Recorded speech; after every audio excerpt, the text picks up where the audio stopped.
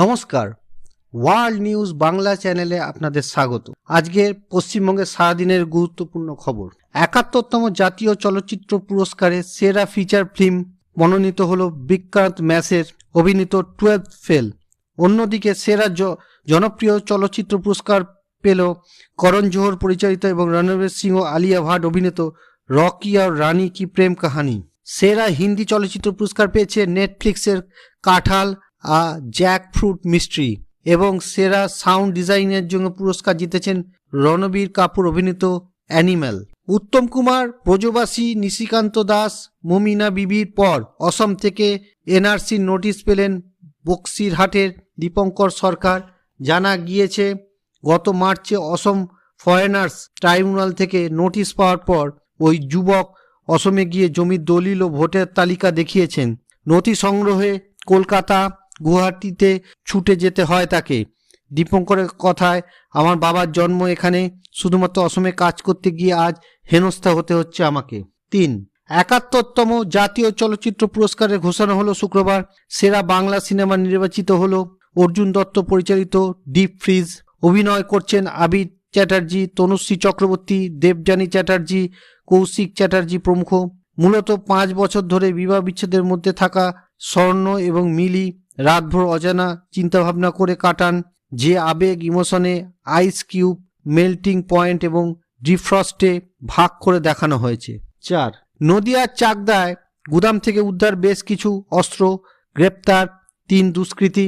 গোপন সূত্রে খবর পেয়ে বৃহস্পতিবার রাতে দরাপুপুর শীতলাতলা গ্রামের একটি গুদামে অভিযান চালায় পুলিশ। তল্লাশি চালিয়ে একটি দেশি 10mm পিস্তল, একটি ম্যাগাজিন, 4 রাউন্ড কাস্তুর উদ্ধার করে পুলিশ।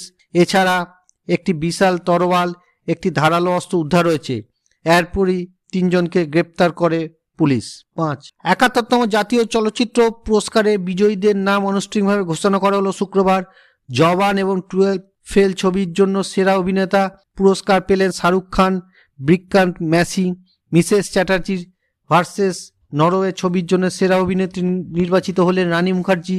এছাড়াও এই বছরের সেরা ফিচার ফিল্ম নির্বাচিত হয়েছে 12 ফেল এবং সেরা হিন্দি ফিল্ম নির্বাচিত হয়েছে কাঁঠাল। 6. আরজিকর কাণ্ডে বিচার নিয়ে ধোঁয়াশা ও তদন্তে দীর্ঘসূত্রিতার অভিযোগ ফের পথে নামল অভয়া মঞ্চ। সিজিও কমপ্লেক্সের সামনে ঝাঁটা হাতে প্রতিবাদ দেখালেন তারা। শুক্রবার বিকেলে স্বাস্থ্য বিশ্ববিদ্যালয়ের কাছ থেকে শুরু হয় মিছিল। সিজিও কমপ্লেক্সের গেটে প্রতীকী তালা ঝুলিয়ে বিক্ষোভ দেখানো হয়। মিছিল থেকে স্লোগান ওঠে, জাস্টিস ফর তিলোত্তমা। অভয়া মঞ্চের প্রতিনিধিরা বলেন, আমরা জানতে চাই কেন এখনো বিচার হয়নি। 7. টিএমসিপি প্রতিষ্ঠা দিবসের দিন সিইউর পরীক্ষা বিতর্কে এবার হস্তক্ষেপ করল উচ্চশিক্ষা দপ্তর। দিন বদল চেয়ে বিশ্ববিদ্যালয়ে চিঠি দিল তারা।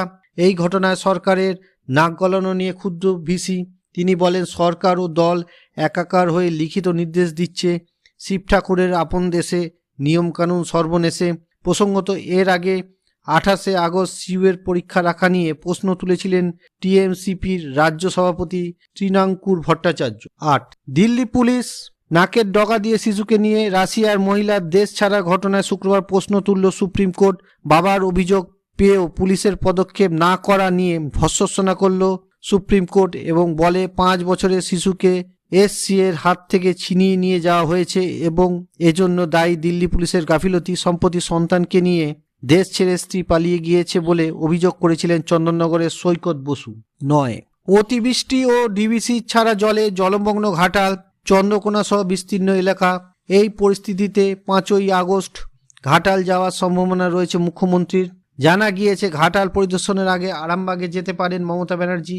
এরপর ঘাটালের পরিস্থিতি খতিয়ে দেখে ওই দিন চলে যেতে পারেন ঝাড়গ্রামে। পরদিন অর্থাৎ 6ই আগস্ট সেখানে ভাষা আন্দোলনে সামিল হবেন মুখ্যমন্ত্রী। ঝাড়গ্রামে তার নেতৃত্বে হবে ভাষা মিছিল। 10. রাশিয়ার সঙ্গে তেল ও প্রতিরক্ষা সংক্রান্ত বাণিজ্যের জন্য ভারতের উপর অনির্দিষ্ট পেনাল্টি আরোপের হুমকি দিয়েছেন ইউএস প্রেসিডেন্ট ডোনাল্ড ট্রাম্প। এ নিয়ে প্রতিক্রিয়া দিল বিদেশ মন্ত্রক। এমইএ জানিয়েছে, প্রতিরক্ষা ক্ষেত্রে চাহিদার উৎস নির্ধারণ কেবল আমাদের জাতীয় নিরাপত্তার সঙ্গে জড়িত ও মূল্যায়নের মাধ্যমেই ঠিক করা হয়। একইভাবে আমাদের জ্বালানি চাহিদার উৎসের জন্য মার্কেটের কি অবস্থা তার উপর নির্ভরশীল। 11. রাস্তা সংস্কারের দাবিতে বিক্ষোভের মাঝে লক্ষ্মীর ভাণ্ডার নিয়ে বিতর্কিত মন্তব্য রাজগঞ্জ ব্লকের বিডিও প্রশান্ত বর্মনের। বিডিও বলেন, আপনাদের জল free, tax free, Lakshmi Bhandar পাচ্ছেন, রাস্তাও হবে। এরপরে মহিলারা বলেন লক্ষ্মী ভাণ্ডার চাই না, রাস্তা চাই। তখনই মেজাজ হারিয়ে ফেলেন বিডিও, বলবেন নাম কেটে দেব, 100 জন লক্ষ্মীর ভাণ্ডার না নিলে ওই টাকা দিয়ে রাস্তা তৈরিতে সময় লাগবে না। 12, হাওড়া খালের গার্ডওয়াল ভেঙে গঙ্গার জল ঢুকে ধসে গেল রাস্তা ও বস্তির একাধিক ঘর। বৃহস্পতিবার প্রবল বৃষ্টির জেরে স্বর্ণময়ী খালের গার্ডওয়ালে ফাটল ধরতে শুরু করে। শুক্রবার সেই গার্ডওয়ালটি ভেঙে যায়। এর জেরে শালিমারের বালুরঘাট এলাকায় 4টি একতলা পাকা ঘর ভেঙে পড়ে। ফাটল ধরে 57টি ঘরে। ঘটনাস্থলে আসেন ডিএমপি দিতিপ্রিয়া ও হাওড়া পৌর নিগমের মুখ্য প্রশাসক। 13, গোপনে প্রেমিকাকে বিয়ে, পথের কাটা স্ত্রীকে সরাতে 19 বার কুপিয়ে খুন যুবকের। ঘটনাটি ইউপির বারেলির। জানা গিয়েছে ওই যুবকের প্রেমিকা তাকে শর্ত দিয়েছিল, হয় তাকে অথবা তার স্ত্রীকে বেছে নিতে হবে। এরপরই পরিকল্পনা করে ঘুরতে নিয়ে গিয়ে ফেরার পথে ডাকাতি লুটপাটের গল্প ফেলে খুন করে স্ত্রীকে। বয়ানে অসঙ্গতি থাকায় পুলিশ জেরা করতে শুরু করে। কল ডিটেলসের মাধ্যমে সামনে আসে মূল ঘটনা। 14, যাত্রীদের ভোগান্তি কমাতে শিয়ালদা স্টেশনের কোন প্ল্যাটফর্ম থেকে কোন লোকাল চলবে তা নিয়ে সিদ্ধান্ত নিল রেল। মেন শাখার 1 থেকে 5 নম্বর প্ল্যাটফর্ম থেকে ছাড়বে গেদে, শান্তিপুর, কৃষ্ণনগর, রানাঘাট, নৈহাটি, কল্যাণী সীমান্ত ও ব্যারাকপুর লোকাল, এবং 6 থেকে 10 নম্বর প্ল্যাটফর্ম থেকে ছাড়বে বনগাঁ, বারাসাত, হাবড়া, ঠাকুরনগর, হাসানাবাদ, দমদম, ক্যান্টনমেন্ট, মধ্যমগ্রাম লোকাল। এছাড়াও 9, 11 ও 14 নম্বর প্ল্যাটফর্ম থেকে ছাড়বে দূরপাল্লার ট্রেন। 15, পরপর 4 জন পুরুষকে বিয়ে করে লাখ লাখ টাকা লুট, পুলিশের ধরা পড়ল লুটেরই দুলহান। মহারাষ্ট্রের নাগপুরের এই ঘটনায় সিমরা ফাতিমা নামে এক অভিযুক্তকে গ্রেপ্তার করেছে পুলিশ। জানা গেছে অভিযুক্ত প্রথমে বড়লোক যুবক দেখে বিয়ে করত, তারপর তাকে ব্ল্যাকমেল করে তার কাছ থেকে টাকা আদায় করত। এই একই ঘটনা 9ম বার করতে গিয়ে পুলিশের জালে ধরা পড়েছে সে। 16, ছাত্রীকে শ্লীলতাহানির অভিযোগে স্কুলের ভারপ্রাপ্ত প্রধান শিক্ষককে গ্রেপ্তার করল ঢোলাহাট থানার পুলিশ। শুক্রবার বিজেপি নেতাদের সঙ্গে নিয়ে নির্যাতিতা ছাত্রীর বাড়িতে যান বিজেপি নেত্রী অগ্নিমিত্রা পাল। ছাত্রীকে শ্লীলতাহানির প্রতিবাদে অভিযুক্তের শাস্তির দাবিতে থানার সামনে বসে বিক্ষোভ দেখান তারা। তিনি আরও অভিযোগ করেন যে দিনের পর দিন স্কুল পড়ুয়াদের শ্লীলতাহানির পাশাপাশি নোংরা ভিডিও দেখে উত্ত্যক্ত করা হতো। 17, এসআইআর নিয়ে উত্তাপ বাড়ছে রাজ্য রাজনীতিতে। শুক্রবার এ নিয়ে রোহিঙ্গা অনুপ্রবেশের প্রসঙ্গ টেনে আনলেন বিজেপির রাজ্য সভাপতি শ্রমিক ভট্টাচার্য। তিনি বলেন, দিল্লির বাঙালি কলোনির কত বাড়িতে শিখা গোপা নামের মহিলারা কাজ করতেন, হঠাৎ করে তারা উধাও হয়ে যাচ্ছেন। এমন পরিস্থিতি তৈরি হওয়ার পর তাদের আর কেউ খুঁজে পাচ্ছে না। এদিকে দিল্লির ভোটার তালিকায় তাদের নাম আছে, কিন্তু বাস্তবে তাদের অস্তিত্ব নেই। 18, জলমগ্ন নদিয়ার চাকদহ বনমার রাজ্য সড়ক, এই নিয়ে বিক্ষোভ দেখালো বিজেপি নেতৃত্ব। শুক্রবার জমা জলে সাঁতার কেটে প্রতিবাদ জানালেন বিজেপির এমএলএ বঙ্কিম ঘোষ। সঙ্গে ছিলেন কর্মী সমর্থকরা। রাস্তার জমা জলে ছিপ ফেলে প্রতীকী মাছও ধরেন তিনি। বিধায়ক বলেন, কয়েক বছর ধরে এই রাস্তার হাল বেহাল, যাতায়াতকারী সাধারণ মানুষ ও ব্যবসায়ীদের চরম দুর্ভোগে পড়ে কিন্তু রাস্তা সারাই হয়নি। 19, কর্ণাটকের কোপাল্লে 15,000 টাকা বেতন পাওয়া এক প্রাক্তন কেরানির বাড়িতে অভিযান চালিয়ে স্তম্ভিত হয়ে গেলেন তদন্তকারীরা। বাজেয়াপ্ত হলো 30 কোটি টাকারও বেশি মূল্যের সম্পত্তি। এর মধ্যে রয়েছে 24টি বাড়ি, 4টি প্লট, 40 একর কৃষি জমি, 350 গ্রাম সোনা, 1.5 কিলো রূপো ও 4টি গাড়ি। জানা গিয়েছে বেশিরভাগ সম্পত্তি রয়েছে অভিযুক্ত স্ত্রী ও ভাইয়ের নামে। 20, কর্মসূত্রে বিদেশে থাকেন স্বামী, তারই মাঝে স্ত্রীর উপর লাগাতার অত্যাচার চালানোর পর নির্যাতিতাকে বিষ খাইয়ে খুন করার অভিযোগ উঠল শ্বশুরবাড়ির সদস্যদের বিরুদ্ধে। বনগাঁর এই ঘটনার তদন্তে নেমে শাশুড়িকে গ্রেপ্তার করেছে পুলিশ। মৃতের পরিবার জানায়, বিয়ের পর থেকে অত্যাচার চালাতো অভিযুক্তরা। বৃহস্পতিবার সেই অত্যাচারের মাত্রা বাড়লে বৌমাকে বিষ খাইয়ে দেয় শ্বশুর ও শাশুড়ি। দেহ উদ্ধার করে ময়নাতদন্তে পাঠানো হয়েছে। 21, শুক্রবার সকালে ওড়িশার বালেশ্বর ও পশ্চিম মেদিনীপুরের বেলদার মাঝে গুয়াহাটি সুপারফাস্ট এক্সপ্রেসের কামরায় কন্যা সন্তানের জন্ম দিলেন অসমের এক যুবতী। এদিন ভোরে বালেশ্বরের কাছাকাছি এলেই প্রসব যন্ত্রণা শুরু হয় তার।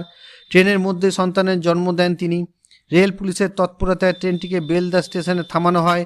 মা ও সহ্যদাতাকে বেলদা সুপার স্পেশালিটি হাসপাতালে ভর্তি করা হয়। বর্তমানে দুজনেই সুস্থ আছেন। 22, 2 আগস্ট রাজ্যে শুরু হতে চলেছে নতুন কর্মসূচি আমাদের পাড়া আমাদের সমাধান।